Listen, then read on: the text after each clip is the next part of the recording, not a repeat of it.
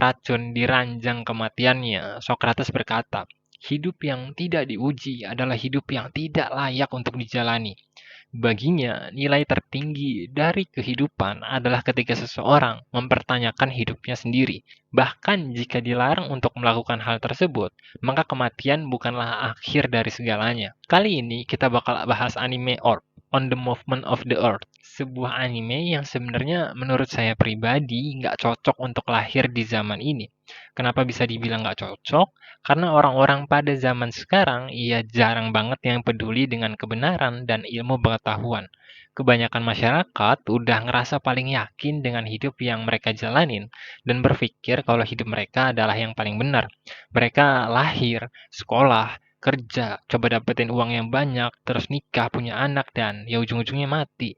Itu adalah siklus hidup yang paling banyak digenggam oleh kebanyakan penduduk bumi saat ini. Jadi, meskipun anime itu rame ditonton orang, kebanyakan mungkin ya, ini mungkin, cuma nikmatin petualangan, tragedi, dan dramanya doang gitu. Tapi ya ini semoga aja ya, dengan ketidakcocokan anime tersebut di zaman yang serba materialistis kayak sekarang, justru bisa menjadi pemicu lahirnya era baru, di mana ilmu pengetahuan dan kebenaran kembali menjadi bernilai. Sekarang, mari kita bahas mimpi untuk menggerakkan bumi tersebut. Pertama, secara plot, anime ini sebenarnya ya sejujurnya punya banyak kekurangan, di mana ada beberapa adegan maupun sifat dari karakter yang kesannya itu nggak konsisten.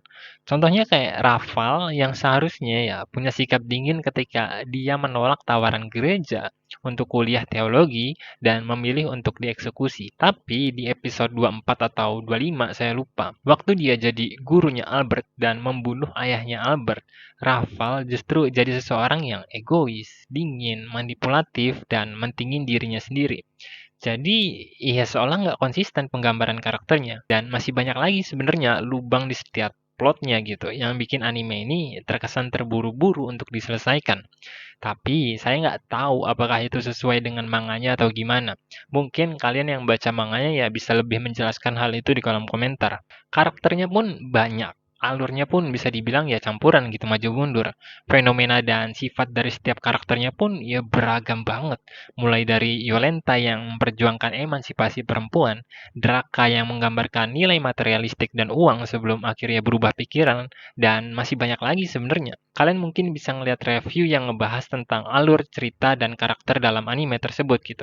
Karena kali ini kita nggak bakal bahas hal itu. Di sini kita coba pendekatan yang berbeda. Kita nggak bakal bahas detail alur dan detail setiap karakternya. Kita cuma bakal bahas filosofi dari anime itu sendiri yang mungkin aja terlewatkan oleh kebanyakan dari kita. Pertama, kalau kalian kira anime ini adalah tentang pergeseran teori geosentris menuju heliosentris, maka itu bisa dibilang yang nggak sepenuhnya tepat. Karena benang merah dari anime ini, kalau dari sudut pandang saya pribadi ya, kalau dari penilaian saya, adalah bagaimana manusia hidup dengan ilmu pengetahuan dan bagaimana kebenaran dapat menjadikan hidup manusia itu lebih bernilai. Anime ini juga diawali dan diakhiri dengan pertanyaan, apa yang harus dibayarkan oleh manusia untuk sebuah kebenaran?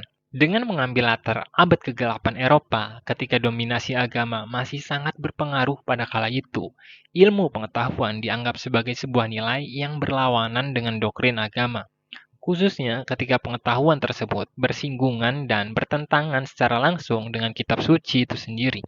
Namun, meskipun gereja sudah berusaha menghentikan perkembangan dari ilmu pengetahuan, pada akhirnya ide-ide tentang kebenaran tersebut tetap tersebar luas karena seperti yang dikatakan oleh Rafal, tak ada siapapun yang mampu membendung kebebasan. Anime itu juga pengen nunjukin kalau ilmu pengetahuan dan kebenaran bisa jadi harapan atas dunia yang korup dan berantakan, dunia yang penuh kebingungan, dan dunia yang mirip kayak neraka. Ilmu pengetahuan dan kebenaran bisa jadi penyembuh atas semua itu dengan ngasih cara pandang baru atau cara pandang yang berbeda ketika kita menatap dunia dan alam semesta. Anime itu juga pengen ngasih tahu kalau ilmu pengetahuan bisa menjadi iman yang membutakan, di mana seseorang yang keluar dari dogma agama justru dapat terjebak dalam dogmanya sendiri tentang kebenaran dengan beranggapan bahwa ilmu pengetahuan miliknya adalah yang paling benar. Dan masih banyak lagi sebenarnya konsep ilmu pengetahuan yang berusaha ditawarkan oleh anime tersebut. Tapi di luar semua itu, sebenarnya ya poin utama yang mungkin ingin disampaikan oleh anime itu sendiri adalah pertanyaan, bagaimana sejatinya manusia memandang ilmu pengetahuan? Bagaimana manusia memahami apa itu kebenaran?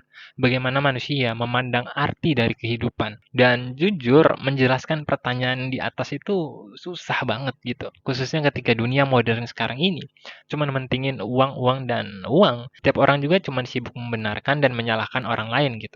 Ngerasa paling benar, ngerasa paling pintar, dan masih banyak lagi lah pokoknya. Jadi, kalau saya mencoba mewakili anime itu ya sekarang ya, mungkin saya bakal bertanya sama kalian. Apakah kalian sudah seyakin itu dengan kehidupan yang kalian jalani? Layaknya masyarakat di abad kegelapan yang sudah seyakin itu dan menerima begitu saja tekanan dari gereja dan beranggapan kalau mereka udah benar-benar memahami apa itu kehidupan. Karena kemungkinan besar kehidupan kebanyakan orang zaman modern sekarang ini yang nggak jauh beda sama kehidupan masyarakat di era anime tersebut.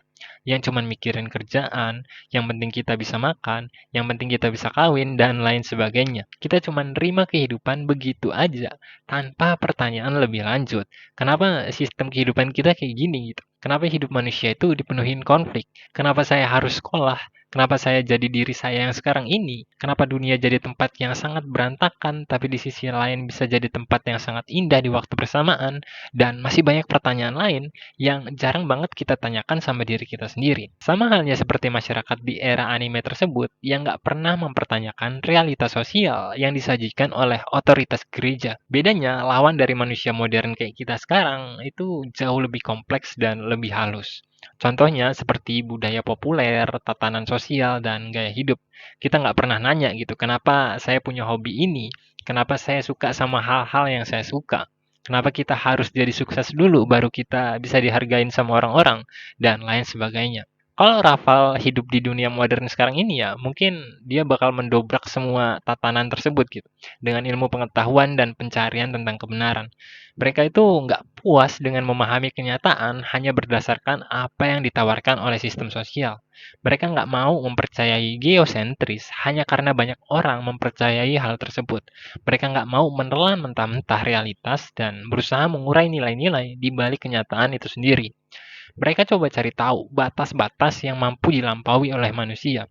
Mereka bahkan rela untuk kehilangan nyawa mereka sendiri demi sebuah hal yang bagi mereka sangat berharga, yang kebanyakan orang zaman sekarang itu bisa dibilang nggak punya, yakni kebebasan untuk melihat sesuatu yang nggak bisa dilihat oleh banyak orang. Dan jangan salah, di dalam sejarah nyata manusia pun banyak orang yang melakukan apa yang dilakukan oleh Rafal dan kawan-kawannya. Banyak orang yang bahkan rela dibuang, diasingkan, atau bahkan dieksekusi karena pencarian mereka terhadap kebenaran. Dan kerennya, nggak semua orang bisa nemu rasa penasaran itu. Nggak semua orang bisa nemu kebahagiaan saat mencari tujuan hidup yang lebih besar dari dirinya sendiri, yang melampaui kenyataan dan kepercayaan banyak orang, yang bahkan ya akan tetap hidup dan bertahan, bahkan ketika orang itu sudah lama mati. Atau kalau kita mau lihat contoh di kehidupan nyata kita mungkin tahu nama Galileo Galilei, yang diasingkan karena ingin membuktikan teori heliosentris. Tapi, apakah kalian tahu nama kepala gereja atau orang yang memutuskan pengasingan Galileo itu siapa gitu? Mungkin yang nggak bakal tahu, karena sejarah lebih peduli dengan kebenaran itu sendiri. Jadi, kebenaran Galileo berhasil melampaui waktu dan membawa namanya abadi dalam sejarah. Terus, kalau ada yang bilang, tapi bang, kan nggak semua orang bisa jadi Galileo gitu, nggak semua orang bisa jadi ilmuwan. Well, itulah kenapa tadi di awal saya bilang kalau mungkin ya sebenarnya anime ini bukan tentang heliosentris yang melawan geosentris, tapi lebih kompleks daripada itu. Khususnya saat manusia mengabadikan hidupnya pada sebuah kebenaran agar mampu memandang dunia dengan lebih bijaksana dan penuh keindahan. Setiap dari kita mungkin nggak bisa jadi Galileo, tapi setiap dari kita bisa untuk berusaha mencari kebenaran itu sendiri demi kebutuhan kita pribadi. Entah itu untuk melihat dunia dengan lebih indah, entah itu untuk mencari secerca harapan dan lain sebagainya. Di mana kita bisa menemukan makna hidup dan kita bisa lebih bersyukur atas hidup yang kita jalani ketika kita berhasil menemukan keindahan-keindahan yang tidak pernah kita lihat itu. Hal-hal kayak gitu hanya mampu diterima oleh manusia ketika dirinya mencari kebenaran dan tidak menelan mentah-mentah kenyataan yang ditawarkan oleh sistem sosial kita. Mereka yang mencoba untuk melihat ke arah yang berbeda ketika kebanyakan orang melihat ke arah yang sama, serta menolak tenggelam pada narasi kerumunan. Mereka adalah orang-orang yang berusaha mencari takdirnya sendiri. Anime Orpen bilang, kalau semua orang berkata dunia itu nggak bergerak, maka temukanlah cara untuk menggerakkan dunia. Karena kalau kita lihat dunia kita yang sekarang ini, yang penuh kekacauan, absurditas, keanehan, kejanggalan, atau bahkan ketidakadilan dan kejahatan, kita bisa lihat kalau kita harus menemukan nilai di dalamnya. Jadi, setelah kita tahu sisi gelap dari dunia yang berantakan itu, carilah harapan hidup dan kebenaran, dan cobalah bagikan harapan itu pada orang lain. Sekian Kausalisme, semoga video ini bisa jadi teman kalian. Sampai jumpa.